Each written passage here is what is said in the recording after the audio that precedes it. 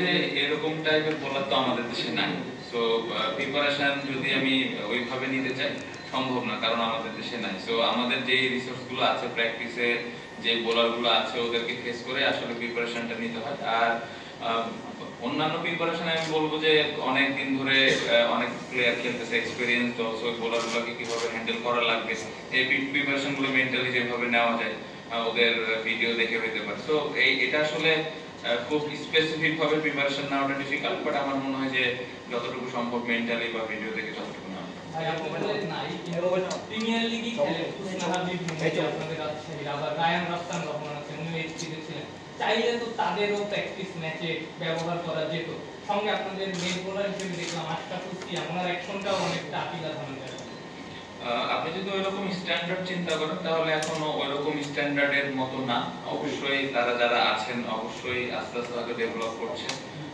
এগুলা যদি আস্তে আস্তে নেটে আমাদের আসে অবশ্যই আমাদের ব্যাটসম্যানদের জন্য ভালো, বাট আমার মনে হয় যে এই জায়গাটাতে আরো ভালো মানের যদি বল আমরা ফেস করতে পারি তাহলে হয়তো কিছুটা ওদের সাথে ম্যাচ করা যাবে।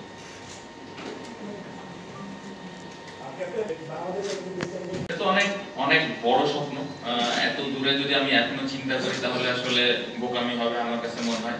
ছোট ছোট ভাবে যদি আমরা আগাইতে পারি তাহলে খুব ভালো, কারণ আপনি যদি দেখেন আমরা যখন শুরু করেছিলাম এর আগের সার্কেলে আমরা একটা ম্যাচ জিতেছিলাম, গত সার্কেলে আমরা 4টা ম্যাচ জিতেছি। তো আমাদের একটু ইমপ্রুভ হয়েছে। সো টার্গেট থাকবে যে এই সার্কেলে কিভাবে আরো 2টা-3টা ম্যাচ বেশি জিততে পারি। সো যদি আমরা এভাবে ছোট ছোট চিন্তা করে আগাতে পারি, কেন না একটা সময় হয়তো বাংলাদেশ টিম একদিন ফাইনাল খেলবে। বাট খুব ইম্পর্টেন্ট যে আমরা এই বছর এই নেক্সট 2 বছরের মধ্যে গত বছরের থেকে কিভাবে বেটার রেজাল্ট করতেছি।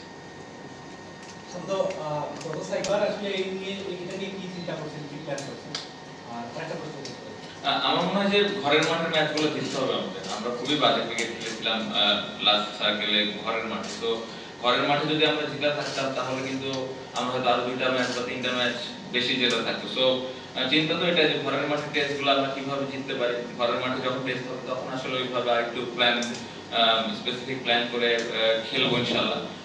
বাইরে ভালো হয়েছে, এই কনফিডেন্সটা আমাদের কাজে দেবে ইনশাআল্লাহ। যদি এবছর আমরা বাইরের মাটিতেও রেজাল্ট করতে পারি তাহলে দেখা যাবে যে আমাদের এই বছরের যে টেস্ট চ্যাম্পিয়নশিপের সার্কেল, এই সার্কেলে একটু বেটার রেজাল্ট হবে। আপনার ব্যাটিং এটা আসলে এখন এখানে বলতে চাই না, কারণ অপোনেন্ট যদি দেখে বিষয়টা আসলে অনেক আগে থেকে ওপেন হয়ে যাবে। বাট আমি যে কোনো পজিশনে খেলার জন্য প্রস্তুত আছি এবং আমার আরো টপ অর্ডার ব্যাটসম্যান আছে। তো আমাদের টিমে অপশন আছে। তো দেখা যাক ইনশাআল্লাহ।